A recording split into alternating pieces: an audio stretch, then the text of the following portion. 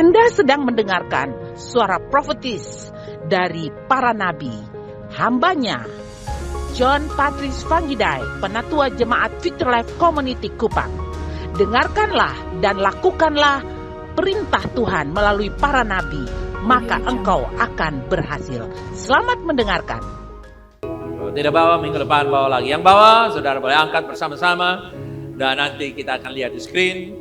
Kalau nanti ke depan saudara juga bisa menghafalnya, itu lebih baik. Ini adalah deklarasi kita. Oke? Baik, bisa dikeluarkan di sana. 2, 3. Ini adalah Alkitab saya. Saya adalah apa yang tertulis. Saya memiliki apa yang tertulis. Saya bisa melakukan apa yang tertulis. Hari ini saya akan diajari firman Tuhan. Saya dengan berani mengakui bahwa perilaku pikiranku siap, hatiku peka, saya takkan pernah sama lagi. Dalam nama Yesus, amin. Baik, saudara silakan duduk kembali. Saudara selamat pagi, good morning everyone, salam. Umat Tuhan, penyingkiran gereja terjadi sebelum pengangkatan. Orang lagi heboh hari-hari ini untuk terangkat 23-24 September 2025. Tapi bagi saya dan tim Abalaf yang pernah saya diajarkan, dibesarkan di sana, kita percaya seperti ini. Bahwa penyingkiran gereja terjadi sebelum pengangkatan. Vertikal baru horizontal, salib. Vertikal, coba katakan vertikal. Vertikal. Vertikal, horizontal, horizontal, baru vertikal. Oke? Kita baca dari 2 Tesalonika pasal yang ke-27, 23 mulai. Karena secara rahasia kedurhakaan telah mulai bekerja. Tetapi sekarang masih ada yang menahan. Kalau yang menahannya itu telah disingkirkan, bla bla bla bla bla, maka antikris itu akan muncul. Peran gereja atau orang percaya dalam menahan kemunculan antikristus menurut ayat ini sangat jelas. Siapakah yang menahan kedatangan antikristus? Siapa yang menahannya? Jawabannya adalah gereja Tuhan. Siapa yang menahan antikristus itu? Saudara yang kasih, yang pertama ada beberapa penafsiran dalam teologis. Ini merupakan satu perdebatan yang panjang. Jadi siapakah yang menahan kedatangan antikristus? Yang pertama, yang menahan kemunculan antikristus adalah Roh Kudus yang bekerja melalui gereja. Gereja itu bukan gedung, bukan denominasi. Gereja itu saya. Gereja itu siapa? Saya. Kita adalah gereja. Katakan, kita adalah gereja. Come on. Yes, we are the church. Umat Tuhan, pandangan ini paling populer di kalangan premilenial atau pengajaran pengangkatan. Ya. Gereja penuh Roh Kudus adalah terang dan garam. Menurut Matius pasal 5 ayat 13 sampai 16, garam dunia, terang dunia. Saudara tahu bahwa terang itu mengusir kegelapan. Oke, terang mengusir kegelapan. Tapi juga saudara yang kasih garam mengawetkan atau menahan pembusukan. Makanya saudara lihat, begitu terang dinyalakan dengan sendirinya, tanpa dihormati saudara yang kasih gelap itu, gelap akan pergi. Jangan mengutuk kegelapan, tapi terangilah atau kalahkanlah kegelapan itu dengan terang. Kalau ada orang gelap di sana, saudara jangan marah kutuk-kutuk mereka. Jadilah terang, nanti mereka tersingkir. Amen. Nah umat Tuhan, garam kita tahu itu asin. Ada ikan asin, daging asin, sayur asin, telur asin. Ada muka asin, saudara kasih. Awet, saudara kasih. Jadi garam itu mengawetkan. Coba katakan, terang menerangi, garam mengawetkan. 2, 3. Terang menerangi, garam mengawetkan. Jadi selama Roh Kudus bekerja atau berkarya dalam gereja Tuhan, dalam orang percaya, kuasa antikristus itu belum bisa bekerja sepenuh. Dia masih rahasia dengan simbol-simbol tertentu. Makanya saudara lihat ada spekulasi-spekulasi dulu bilang Barack Obama itu antikris, padahal sudah selesai, dia tidak jadi presiden lagi, berarti mental. Tidak benar kalau sekarang mereka lagi bilang lagi Donald Trump itu antikris, ya kita belum tahu. Oh, antikris itu dari Roma katanya, dari ini, oh macam-macam saudara kasih. Itu semua adalah praduga yang banyak orang kasih masukan-masukan. Karena masih rahasia. Tapi dia ada, bahkan sejak awal itu antikris sudah ada. Nah, jadi setelah pengangkatan gereja yang dipenuhi Roh Kudus, atau gereja tidak ada lagi di bumi, atau penahan itu disingkirkan, baru antikris itu tampil. Jadi ada dua peristiwa yang akan terjadi. Gereja disingkirkan, antikris akan muncul, lalu gereja akan juga diangkat. Tapi gereja tidak buru-buru cepat. Saya sih tidak mau buru-buru, saudara. Saya mau melihat antikris dipermalukan. Ada yang tidak bilang amin ya, saudara? Saya melihat antikris dipermalukan. Saya melihat antikris ditelanjangi. Karena kita ini terang. Kita ini garam. Ya. Yang kedua, atau belum, yang masih yang pertama ada argumennya. Gereja yang penuh Roh Kudus adalah gereja yang menahan antikristus. Haleluya. Makanya kenapa penuh Roh Kudus? Kenapa pencurahan Roh Kudus besar-besaran? Supaya kita bisa menahan perbuatan-perbuatan kegelapan lainnya. Nah, ini akan terjadi di mana-mana, saudara kasih. Saya pernah kumpul dengan pendeta-pendeta yang non karismatik. Mereka itu profesor, doktor. Mereka baru uji saya habis ujian skripsi di Jakarta. Kita pulang sama-sama, kita rame-rame di situ, saudara kasih. Dia hanya lalu bilang, ini Pak W.M. Gasper, Pak Steve Rajani, ini Pak Joni, kalau orang berdoa itu lain. Orang alami mujizat itu hari-hari dalam hidup mereka. Saudara lihat, mereka profesor doktor baru uji kita secara teologis, tapi pengalaman mereka bilang doa kita lain. Kenapa? Kalau kita berdoa, setan lari, saudara. Kalau tidak berdoa, hujan berhenti. Amen. Hujan lihat saya aja dia takut, saudara.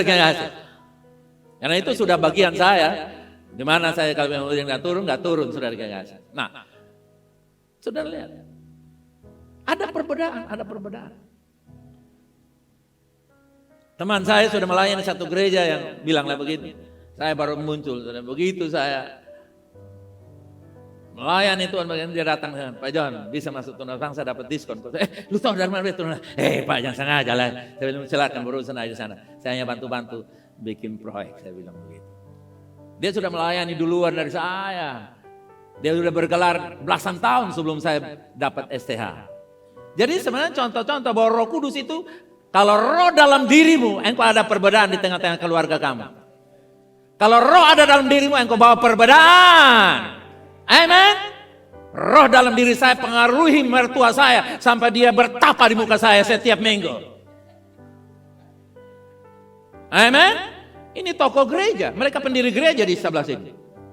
Tokoh gereja. Mereka gigi gereja. Tapi saya lewatkan semua. Kenapa? Kuasa Roh Kudus. Saya baptis letter home, bawa ke Singapura, bawa saya baptis lagi. Lihat. Jadi kalau Anda penuh dengan Roh Kudus, kuasa kegelapan tidak menyentuh engkau. Engkau menjadi penyelamat keluarga, penyelamat bisnis, kantor, pekerjaan, di mana kamu berada, Roh Kudus melindungi. Amen.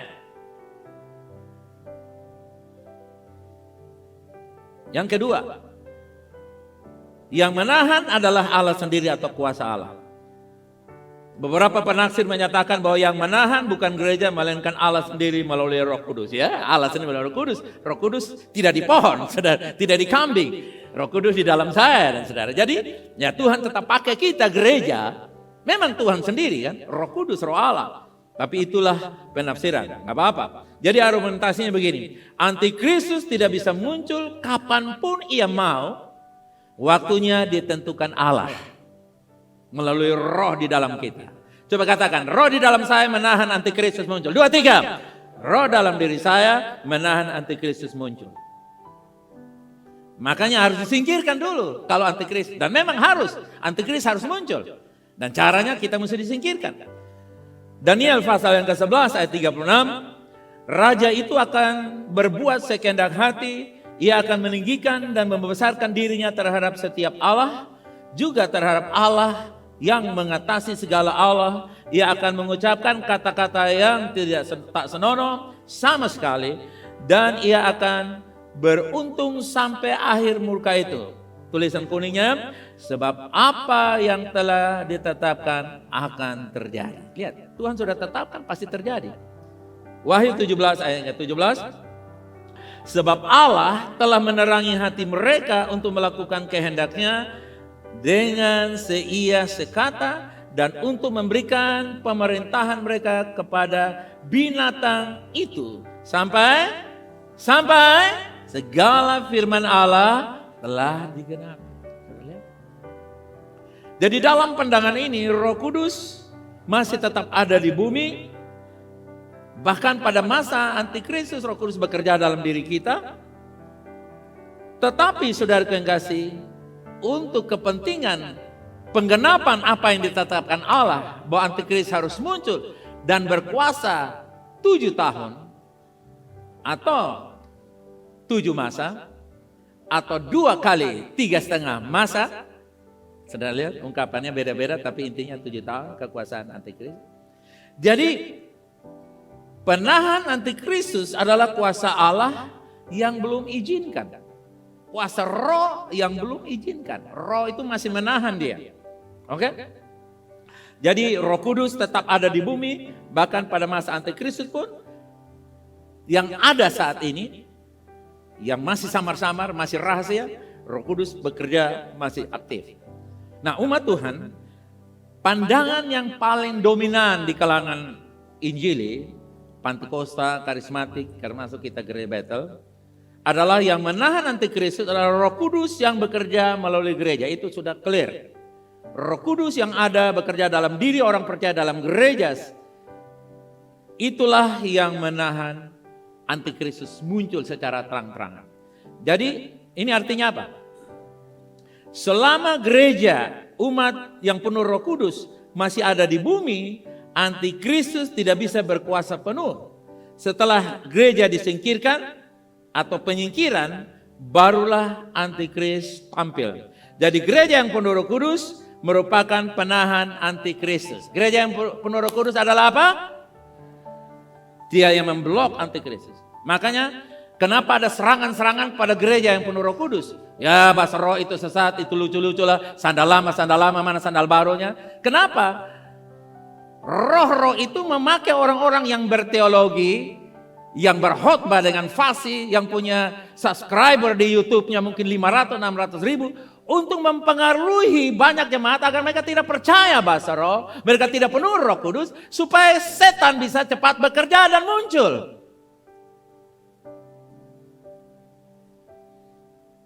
Karena kalau pendeta yang omong pasti jemaat percaya. Tapi tidak semua pendeta omong yang benar, harus diseleksi. Makanya setiap pengajaran saya ada dasar firman yang jelas. Amen. Nah, itu pengertiannya. Bilang di kiri kanan, jangan buru-buru diangkat. Kok suaranya rendah? Kan semuanya. Bilang di kiri kanan, jangan buru-buru diangkat. Come on. Karena sebelum diangkat harus ada apa saudara? Penyingkiran. Nah, roh itu sudah di dalam kita, Tuhan tidak akan keluarkan roh di dalam kita. Oke? Seperti amplop dan surat, amplop dan perangko itu udah menyatu. Jadi kalau mau buang amplop, buang juga apa saudara? Perangkonya. Roh Kudus tidak mungkin, makanya Roh Kudus tidak akan diambil lagi dalam kita, dia sudah permanen tinggal. Bait roh Allah adalah tubuh saya dan saudara. Sehingga Roh Kudus kalau mau disingkirkan, kita juga harus disingkirkan. Nah, ini belum ada di YouTube manapun kecuali Jeff Hammond mengajar dan John Fangidai mengajar. Silakan cari di YouTube. GBI pun tidak mengajarkan. Tapi saya tidak mengajarkan prinsip GBI, saya mengajarkan prinsip firman Allah. Oke? Nah, saudara yang kasih, Tuhan akan singkirkan gereja ke padang gurun. Nah, bilang kiri kanan, siap-siap. Siap-siap padang gurun menunggu engkau. Ada perlindungan Allah bagi umatnya pada masa kesusahan besar sebelum pengangkatan atau penghakiman terakhir. Konsep bahwa umat Tuhan akan disingkirkan ke padang gurun muncul di dalam kitab Wahyu. Kitab Wahyu pasal 12 ayat yang ke-6. Perempuan itu lari ke padang gurun. Saudara mesti tahu, perempuan adalah gereja Tuhan. Perempuan adalah saya. Katakan demikian. Ya, saya adalah perempuan menurut Alkitab. Bukan jenis kelamin. Alkitab. Tubuh Kristus adalah perempuan. Mempelai. Perempuan itu lari ke padang gurun. Di mana telah disediakan suatu tempat baginya oleh siapa? Jadi jangan takut padang gurun karena di sana ada Allah. Bahkan neraka pun kalau Yesus masuk berubah jadi surga. Nah ini tidak dijelaskan sehingga orang takut antikris lalu pengen terangkat. Lihat 23-24 soalnya terangkat, bahasa rame nanti. Oke? Jadi tempat itu disediakan oleh siapa? Tempat itu disediakan oleh siapa? Di mana? Padang gurun. Siapa yang siapkan di sana? Allah penyedia. Supaya iya, saya perempuan itu dipilih di situ 1260 hari atau 3 tahun setengah. Bilanglah begitu, padahal 3 tahun 5 bulan kalau pasang hitung. Tapi ya digenapkan saja. Kan selisih 1 bulan gak apa-apa. Hidup dalam mujizat 1 bulan itu kurang, saudara kasih. Oke? Nah, Wahyu 12:14. Kepada perempuan itu diberikan kedua sayap burung nasar yang besar. Perempuan itu ganti VLC 23. Kepada VLC itu diberikan kedua sayap burung nasar yang besar. Supaya VLC terbang ke padang gurun. Ke tempatnya di mana ia dipelihara jauh dari hadapan ular itu. Selama 1 masa, 2 masa, dan setengah masa. Katakan. Jadi ular itu adalah antikristus. Antikristus memblok ATM saudara. Antikristus memblok meteran saudara. Antikristus memblok uang saudara. Antikristus memblok JPF lagi saudara. BPJS saudara. Antikristus memblok semua akses saudara. Tapi di padang gurun air turun dari surga. Kalau kamu tidak percaya Tuhan menyuplai engkau hari ini, engkau tidak akan percaya kalau Tuhan siapkan kamu di padang gurun. Di tanah rata, tanah lapang yang penuh dengan air saja kamu tidak percaya, apalagi di padang gurun. You never believe until you start from now. Kamu tidak akan percaya kecuali mulai dari sekarang. Kenapa gereja disuruh memberi? Supaya kamu mempercayai bahwa di padang gurun ada Allah. Kalau kita begitu mewah kamu tidak percaya, I doubt. Saya ragukan di padang gurun kamu tidak ada.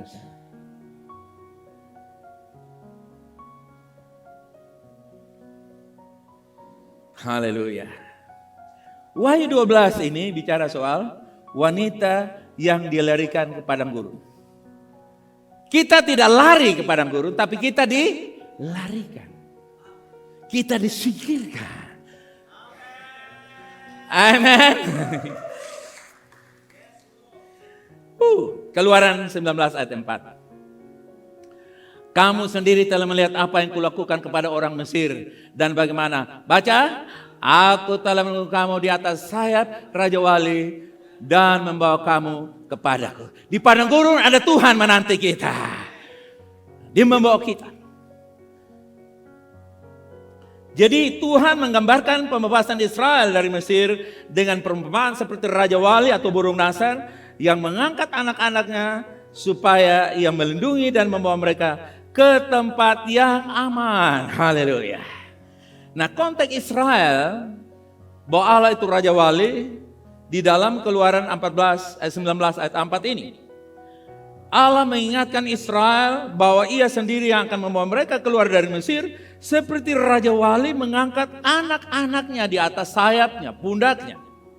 Jadi karakter Raja Wali itu adalah Allah sendiri. Katakan, Raja Wali adalah Allah sendiri. Come on.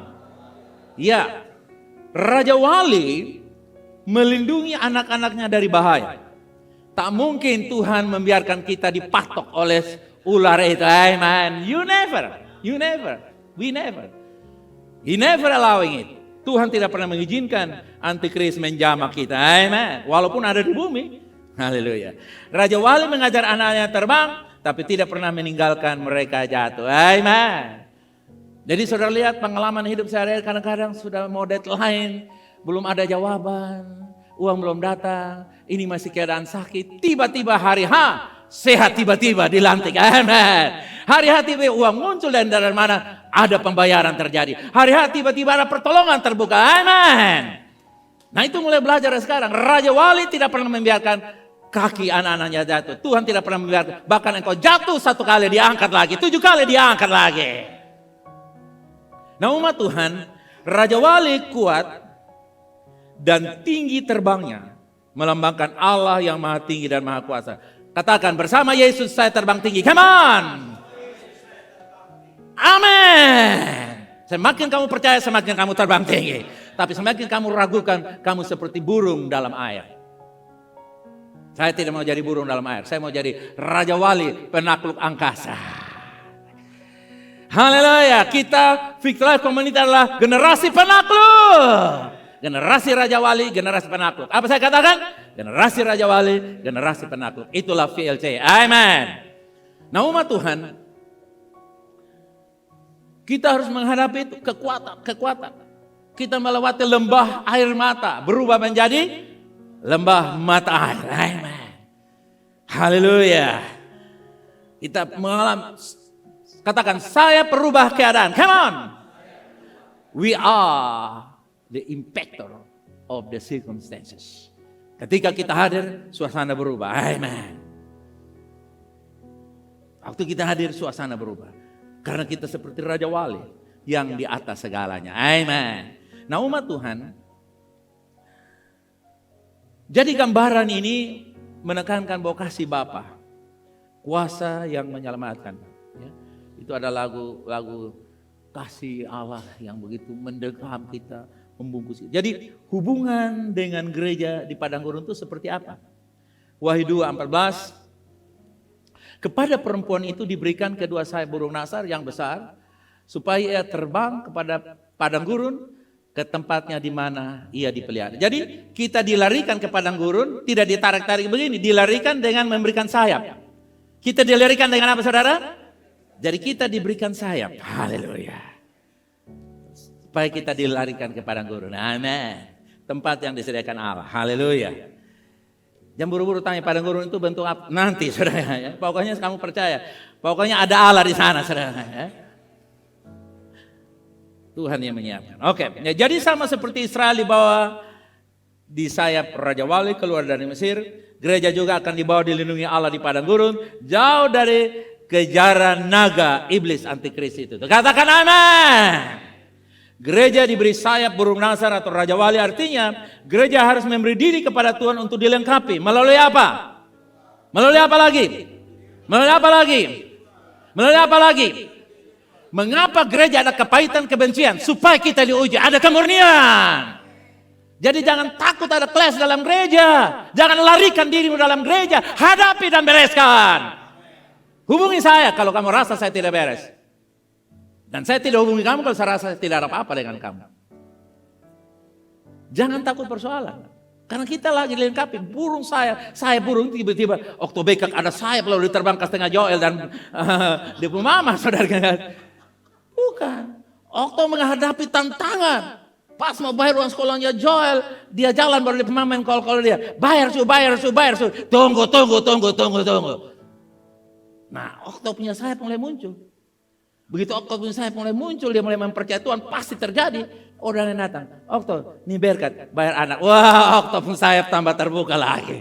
Sampai Okto beriman, Joel, lu siap bahasa Inggris sudah. Seperti lu Bapak Joel itu, lu bisa sekolah di luar negeri. Joel bilang, amin bos. Tapi Okto dalam hati, karmana nih. Nah, tapi yang penting Okto pun sayap mulai keluar. Yang percaya katakan amin. Begitu. Bayangkan kalau saya muncul sayap, orang akan lari saudara. Jadi sayap itu diberikan kepada kita lewat latihan-latihan. Makanya kalau kamu tidak datang berdoa, kamu punya sayap tidak muncul. Walaupun kamu pakai baju bersayap, tetap tidak muncul. Maka lewat doa, persekutuan, komunitas, lewat persoalan-persoalan, ujian, katakan ujian kehidupan membuat sayap-sayap muncul. 2, 3. Ya. Dan dengar baik-baik. Kalau kamu sayapnya sudah muncul, tidak perlu tunggu nanti disingkirkan dari padang gurun. Sekarang pun kamu lebih dari pemenang. Amin. Amin. Saya pernah diuji dalam kesehatan. Resti punya HB itu 4. Buka di chat IP, tanya. Kalau HB 4 itu kira-kira bagaimana chat IP? Dia akan bilang mampus. Tapi saya bilang hidup. Dan jadi spesialis yang pertama aku puntur di NTT. Haleluya. Amin. Dan saya wisuda, saya dapat 2 amplop. 1 dari panitia, 1 dari kampus. Bayangkan, aneh tapi nyata. Tidak ada pernah ada orang tua wisuda anak dibayar oleh kampus. Kecuali John Patrick Vangirai. Amin. 2 amplop tabal diberikan oleh ketua panitia. Waktu saya mau bangun haji karena mewakili orang Islam, dia tanya, Pak salah bangun. Tidak, itu anak saya maju. Oh syukur, alhamdulillah, dia bilang begitu. Saudara lihat, burung nasar. Tidak tunggu, bilang kiri kanan. Sekarang kamu bisa pemenang, bukan nanti. Asal kamu hadapi ujian-ujian kehidupan. Kalau kamu lihat di mata kaki, suruh tempel kaos kaki banyak. Kamu tetap senyum, amin. Jangan lihat yang mata sebelah, mata kaki pun terseras. Lipat lagi mata kaki dengan sorban panjang-panjang. Dan mereka angkat ini. Anggap saja kamu tidak ada. No problem. Tuhan melihat engkau. Itu dia. Jadi jangan jadi pengecut, jangan jadi pecundang. VLC itu Victory Life. Masa Victory Life isinya? Victory Life isinya? Bukan pecundang. Bertengkar sedikit. Ini istri yang cerewet tapi suami yang minta cerai. Bikin saja lagu yang judulnya cerewet. Nah, lu cerewet suruh tulis lagu. Lu bayangkan lu lagu 5 pasal suruh Emi menyanyi di gereja, lu malu.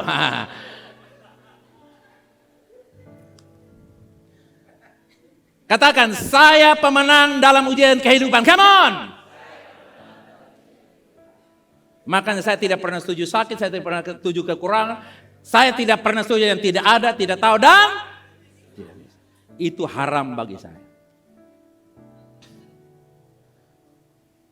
Saya suruh satu insinyur datang, saya bilang, coba lu rubah ini Hof yang lama ini jadi bagus. Dia pergi sampai sekarang dia tidak berikan. Itu insinyur. Saya tunggu dia tidak datang, oh kalau bla bla bla, nanti saudara ke Hof, saudara akan kaget karena suasananya berubah total. Oleh insinyur John Patrick Vangirai. Kata insinyur yang resmi dari Undana.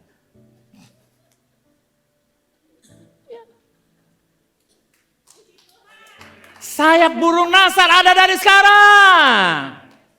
Sayap burung nasar akan terbang melebihi isi dompetmu. Sayap burung nasar akan melebihi daftar gajimu. Sayap burung nasar melebihi kekuatan finansialmu. Pengaruhmu akan terbatas, tapi sayap burung nasar akan terbang tinggi. Sampai engkau tertawa. Dan kamu akan melihat Tuhan membela engkau. Amen. Haleluya, amen, amen, amen. Pemenang kehidupan, katakan amin. Jadi tidak semua orang percaya akan mau memberi diri untuk diperlengkapi. Anak-anak Kega S2A yang dilarikan ke padang gurun kalau mereka dipersiapkan. Jangan sampai cucumu dilarikan, engkau tertinggal.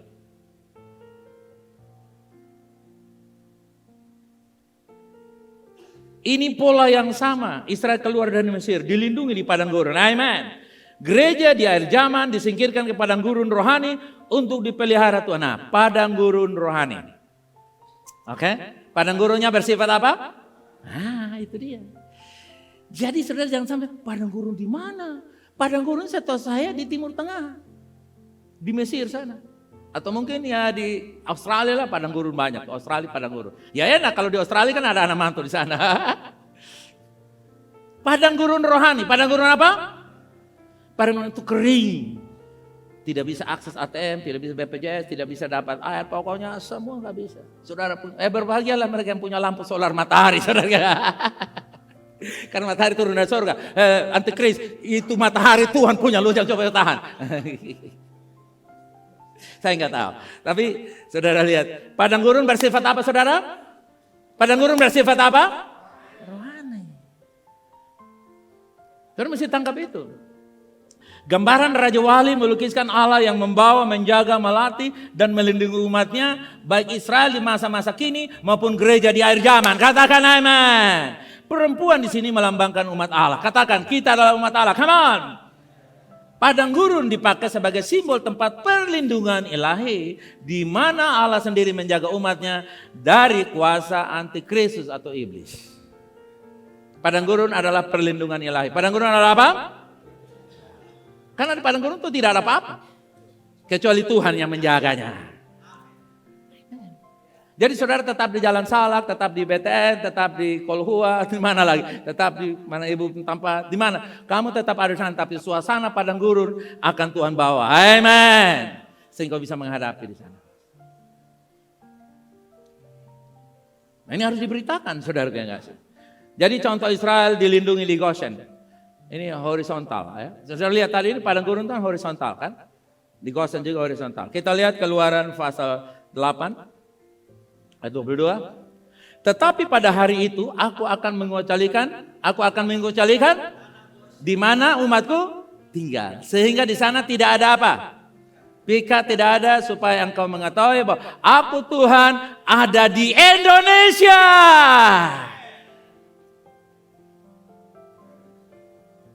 Jadi Tuhan membawa kita di Goshen, saudara. Amen. Kupang menjadi Goshen. Haleluya. Sehingga orang banyak hijrah ke sini, saudara. Siapkanlah rumah-rumah kos, saudara yang kasih. Ya, saya berdoa supaya Kupang menjadi Goshen. Amen. Kenapa mesti Jakarta jadi Goshen? Jakarta aja pindah ke sini, saudara yang kasih. Biar kita bikin kos bertingkat 7, saudara yang kasih. Lihat ayat yang berikut, Keluaran 9:26. Baca, hanya di tanah Goshen tempat kediaman orang Israel. Berarti di tempat orang lain ada apa? Hujan apa? Kalau di kita hujan uang. Ganti saja. Hujan fitnah dan gosip. Tidak ada yang bilang amin. Kalau uang amin. Awas lu tidak ada sayap nanti. Otak.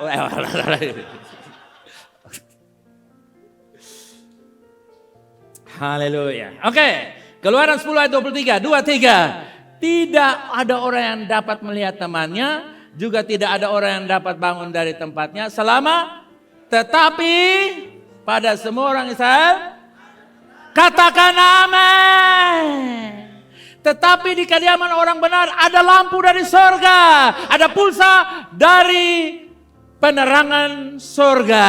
PS, bukan PLN, PS. Penerangan surga. Amen. Sudah lihat orang semua buta dalam kegelapan, di kediaman kita datang. Dan saya percaya itu terjadi pada zaman Antikris. Makanya Antikris muncul sudah. Tapi belum bisa saudara. Kecuali kita masuk di padang gurun yang memang sudah siap semuanya. Bapak ini berdoa saja masa dia suruh anak ikut sekolah Alkitab baru SPK sendiri dia tidak ikut. Keterlaluan. Dia lalu maju duluan anak. Dia katakan, lu maju tinggalkan Antikris. Biar bapak berurusan Antikris. Lu kapok nanti. Lu hajar di sana. Alkitab mencatat bahwa ketika tulah menimpa Israel, tanah Goshen yang barusan kita baca, ada perlindungan. Ini bukan sekedar catatan sejarah, tapi ini menyimpan makna rohani kalau dulu pernah terjadi. Allah yang sama lakukan hal yang sama. Bukan sejarah tapi kenyataan. Apa? The fact of faith. Fakta iman. Amen. Mana tanah Goshen? Yang pertama, Goshen melambangkan perlindungan bagi umat Tuhan.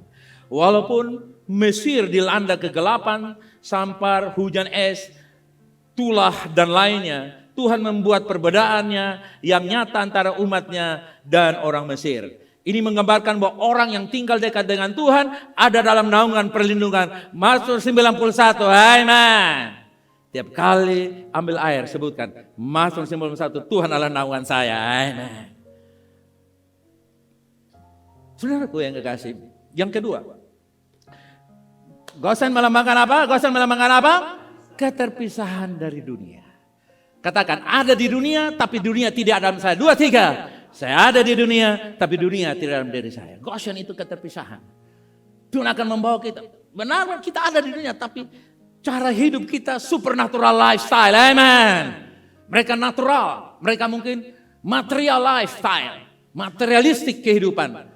Tapi kita supernatural. Amen. karena Tuhan menjadi penerang abadi bagi kita. Orang Mesir digambarkan sebagai lambang dunia dengan sistem dosa. Goshen adalah tempat terpisah yang Tuhan tetapkan untuk umatnya. Secara rohani ini berbicara tentang hidup yang dikhususkan dan tidak bercampur dengan gaya hidup dunia. Orang percaya dipanggil hidup kudus sehingga ketika penghakiman dunia datang mereka tetap aman karena keluar dari sistem dunia. Percaya, katakan aman. 2 Korintus 6 berkata keluarlah dari sistem dunia. Itulah sebabnya saudara kekasih, sekarang ini banyak yang mulai mempersiapkan diri untuk tidak mau terima vaksin dalam tubuh mereka. Saya bilang, Ruth, lu anak sehat-sehat divaksin, bikin anak tidak tahu itu kenal Panadol, gara-gara divaksin pulang anak yang masih mulus-mulus 40 hari, Panadol masuk. Nah, oh Bapak itu sudah aturan. Oke, tapi saya mau kasih tahu saudara, bahwa waspada karena banyak sistem-sistem yang nantinya akan membuat kita masuk tanpa sadar, saudara yang ngasih. Belajar sekarang beriman supernatural. Amin. Amin. Kalau makan dengan sayur supernatural, makan dengan ikan teri, makan dengan sendok. Ya dong. Iya, saudara mesti belajar begitu. Kalau kamu tidak membiasakan dirimu hidup secara supernatural, kamu akan menjadi aneh di zaman masa krisis antikris. Yang ketiga, Goshen adalah gambaran hadirat Allah. Amen. Kalau kamu hidup dalam hadirat Allah, rumah tanggamu keluar dalam hadirat Allah, pernikahanmu, usaha bisnis dalam hadirat Allah, maka ada perlindungan. Amen. Yang membuat Israel aman bukanlah semata-mata tanah Goshen, tetapi karena Tuhan hadir dan menyertai mereka. Amen. Jadi bukan soal Goshen tapi hadirat Allah. Bukan soal apa? Katakan, bukan soal Goshen tapi hadirat Allah. 2, 3. Bukan soal Goshen tapi hadirat Allah. Amen. Itu berarti di Ramosain, di Kupang, dimanapun bisa hadirat Allah ada. Di situ ada Goshen, di situ ada perlindungan. Yang keempat, Goshen menunjuk kepada pemeliharaan Tuhan di tengah kesulitan. Walau Mesir hancur ekonominya karena tulah, Israel tetap dipelihara. Amen. Katakan, saya hidup karena ekonomi surga. 2, 3. Saya hidup karena ekonomi surga. Ya. Saudara mesti mempercayai itu, bahwa Tuhan memelihara kita dengan cara Tuhan. Ekonomi surga itu kemurahan. Amen. Ekonomi surga itu adalah memberi. Ekonomi surga itu artinya hati senang untuk melihat orang lain bahagia. Haleluya. Tuhan sanggup memelihara anak-anaknya. Yang percaya katakan amin. Dalam situasi yang dunia goyak, krisis sekalipun, entah krisis bencana atau tantangan lainnya, kita percaya bahwa Tuhan menjaga, melindungi kita. Jadi makna rohani Goshen adalah tinggal di Goshen adalah lambang tinggal dalam hadirat Tuhan. Amen. Tinggal di Goshen artinya apa? Ku ingin tetap di sini. Haleluya. Ku ingin tetap dalam hadirat Tuhan. Hidup terpisah dari dunia dan mengalami perlindungan serta pemeliharaannya. Katakan asik. Apa? Asik atau amin? Dua-dua. Amin dan asik. Haleluya. Ada perlindungan. Nah, saudara yang kasih, kita lihat Yesus berdoa bilang apa? Yohanes pasal. Yesus doa bilang apa? Yesus berdoa. Dia doa bilang apa? Aku tidak meminta supaya VLC atau orang yang percaya engkau ambil mereka dari kota Kupang. Tetapi supaya engkau melindungi mereka. Supaya engkau melindungi mereka. Supaya engkau melindungi mereka dari yang jahat, dari antikris. Supaya engkau melindungi mereka dari...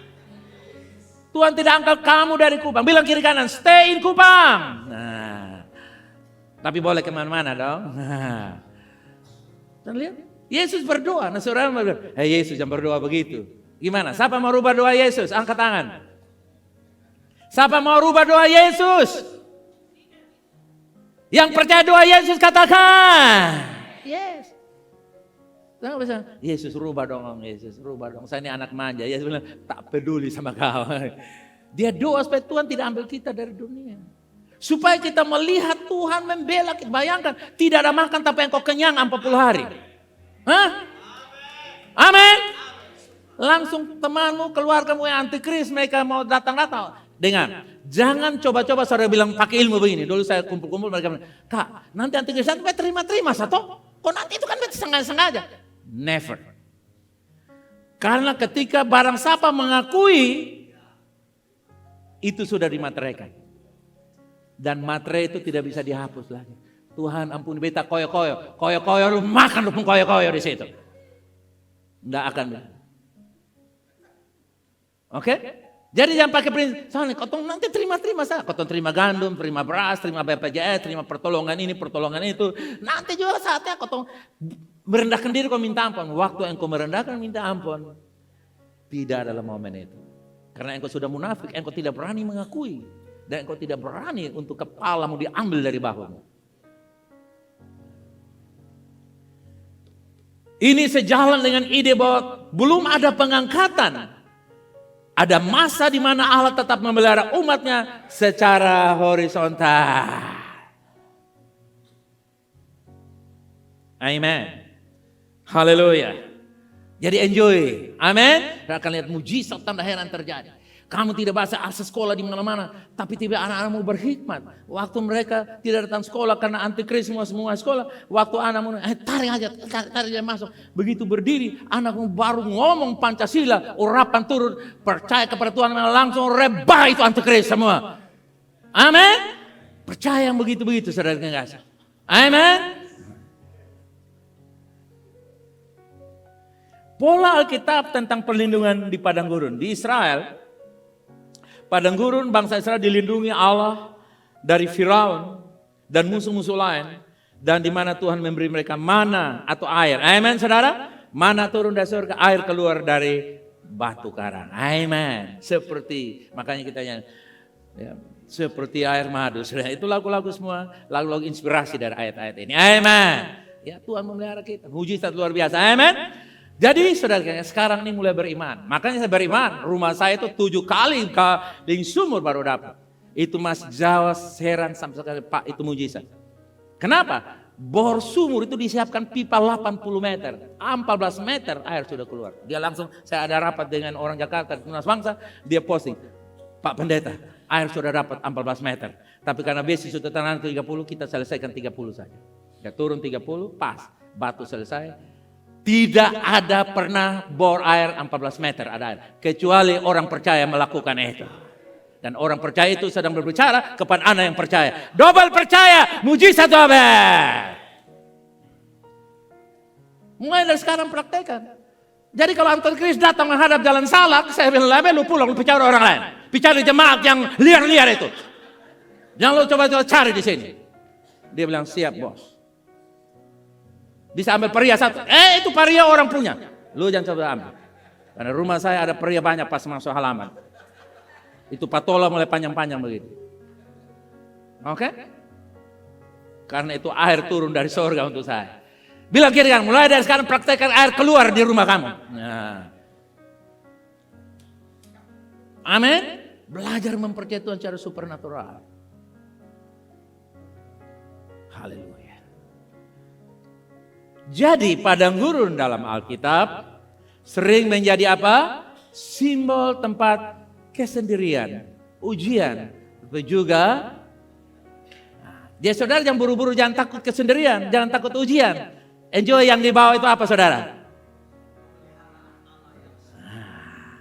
Antikris nanti akan membuat orang tuh nyaman, zona nyaman, the real secure false. Aman yang palsu sampai orang tuh, gereja itu apa, Yesus itu apa? Namanya antikris, anti, berlawanan. Lu jangan pusing dengan dia, ayo. Dan akhirnya itu bisa saja suami dan istri terjadi. Satu antikris, satu Kristus. Iya. Karena kalau istri sungguh-sungguh, suami main Instagram, tidur di rumah, pangku kaki, isap rokok panjang-panjang lagi. Baru bilang, mami nanti antikris kita sama-sama. Tidak, antikris lu habis di situ. Beta lebih turunan P. Walaupun ini anak-anak lu pun darah lagi. Tidak, model kau itu. Mesti kasih keras yang suami. Hei para istri bisa katakan amin. Nanti kalau dia sudah kasih uang, dia sudah kasih uang, Tuhan kasih lu uang. Nanti dia pinjam kembali, lu kasih bunga tinggi.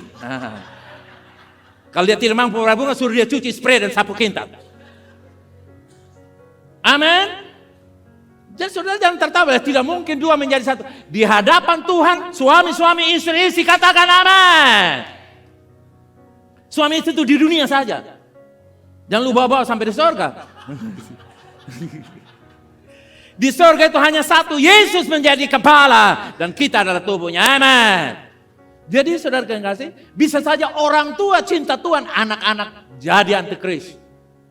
Tapi sebaliknya bisa anak-anak Kristus punya. Orang tua karena senang-senang duniawi, karena banyak uang, pindah dari tempat holiday ke holiday yang lain. Saudara yang kasih, mereka jadi antikris. Anak-anak cinta Tuhan. Haleluya. Amin. Bisa saja di sana menjadi anti, di sini menjadi anti, di sana menjadi Kris. Bisa saja. Kita bisa satu jemaat. Ingat Yesus bilang, ada kambing dan ada lalang dan gandum. Ada orang bijaksana dan ada yang bodoh. Itu perumpamaan yang kita lah yang menggenapi semua perumpamaan Yesus. Jadi saudara lihat, jangan takut kesendirian. Kesendirian itu apa? Karena kamu dianggap aneh. Orang lain yang ada ikut di jam setengah GBI. Baptis Colo. Orang baptis salam dan baptis Colo. Ya, lu boleh menghina. Tapi nanti itu masa datang, kamu seperti orang kaya. Minta Lazarus yang borok. Tapi tangannya sudah diubahkan. Penuh dengan kemuliaan.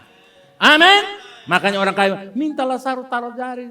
Air biar kasih satu tetes. Sekarang baru mengemis. Tapi saudara lihat, penderitaan itu dapat dilihat. Saudara jangan main-main. Kan biar kalau kita bertanya, mau neraka. Lu bilang begitu pada sini kau bededek lu dengan api rokok. Coba. Kalau bilang lu ketawa. Saudara yang paling menyengsarakan itu saudara, kita kenal orang yang masuk di sana. Nah bayangkan orang itu parkir, dia urus parkir kamu tiap hari, lalu kamu tidak pernah injili dan mereka, tukang parkir itu pemungut lihat. Lalu engkau tidak pernah injili mereka. Lalu kalau kita injili orang tua parkir, tukang parkir saya dia injili. Coba dia injili ketua DPR. Ya kalau ketua DPR saya injili dia. Nah kadang-kadang saudara kasih, kita membeda-bedakan orang. Tapi nanti kalau sudah di neraka saudara lihat. Itu orang kaya sudah lupa diri kalau dia kaya. Dia dalam penderitaan, kekayaannya tidak menolong dia. Dia minta Lazarus yang super miskin. Sekarang penuh dengan kemuliaan Allah. Amin. Jadi saudara jangan takut. Bilang kiranya jangan takut ditinggalkan. Mereka mau kita nih gereja ini. Silakan. Jangan takut tinggal sendirian. Ujian jangan takut juga. Amin. Saudara rindukan pertolongan supernatural. Itu kesimpulan kita. Jadi padang gurun dalam Alkitab sering menjadi simbol apa saudara? Tempat kesendirian, ujian. Tetapi juga apa? Pemeliharaan Allah supernatural. Nah saudara yang kasih. Padang gurun bukan lokasi geografis literal. Oke? Tetapi lebih dari simbol perlindungan Allah di tengah-tengah dunia yang dikuasai antikristus. Artinya, meskipun antikristus berkuasa, ia tidak dapat memusnahkan umat pilihan Allah. Katakan amin. Karena Allah sudah menyediakan cara untuk melindungi mereka sampai waktu pengangkatan tiba. Amin. Dan yang terjebak adalah mereka yang menantikan kedatangan, tapi tidak mempersiapkan diri untuk menghadapi antikristus.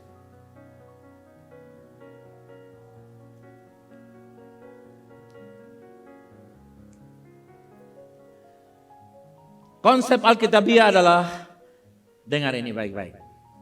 Sebelum pengangkatan, Allah menyingkirkan umatnya ke padang gurun. Padang gurun jangan tanya lagi kan sudah jelas.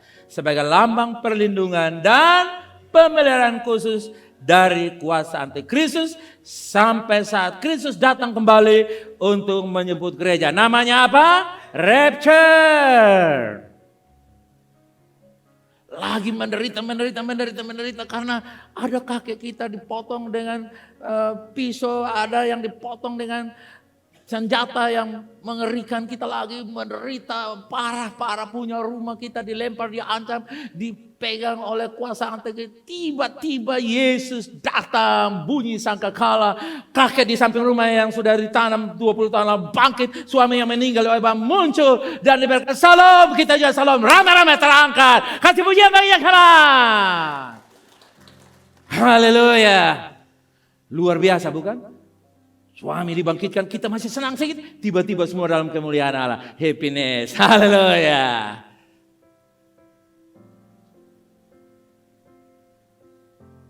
Maliaki pasalnya yang ketiga ayat 18. Baca dengan kuat. 2, 3.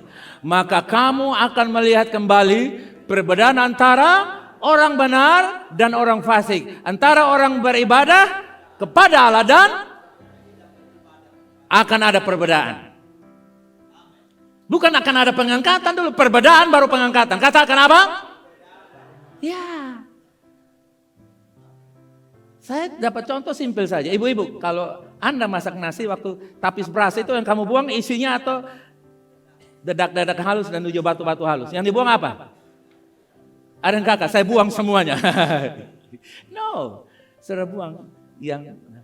Jadi waktu persoalan itu datang, dia membuang yang tidak benar. Sisa baru kita angkat. Amen. Baru dinanam. Baru dimasak. Amen. Oke? Wahyu 22 ayat. Ini dahsyat. Ini melengkapi Maleakhi tadi. Barang siapa, saudara baca ya yang kuning. Barang siapa yang biarlah ia. Barang siapa yang cemar biarlah ia terus cemar dan biarlah ia terus berkebenaran. Barang siapa yang kudus, biarlah kudus menguduskan dirinya. Jadi tidak ada netral. Beta soalnya pilih Yesus, beta pilih Kris saja dari Sabu. Tidak bisa.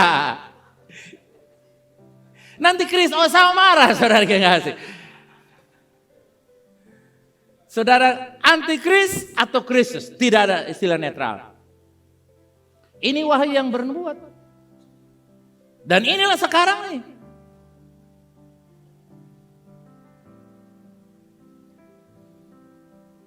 Jadi ayat ini berbicara tentang waktu yang sudah sangat menjelang kedatangan Kristus.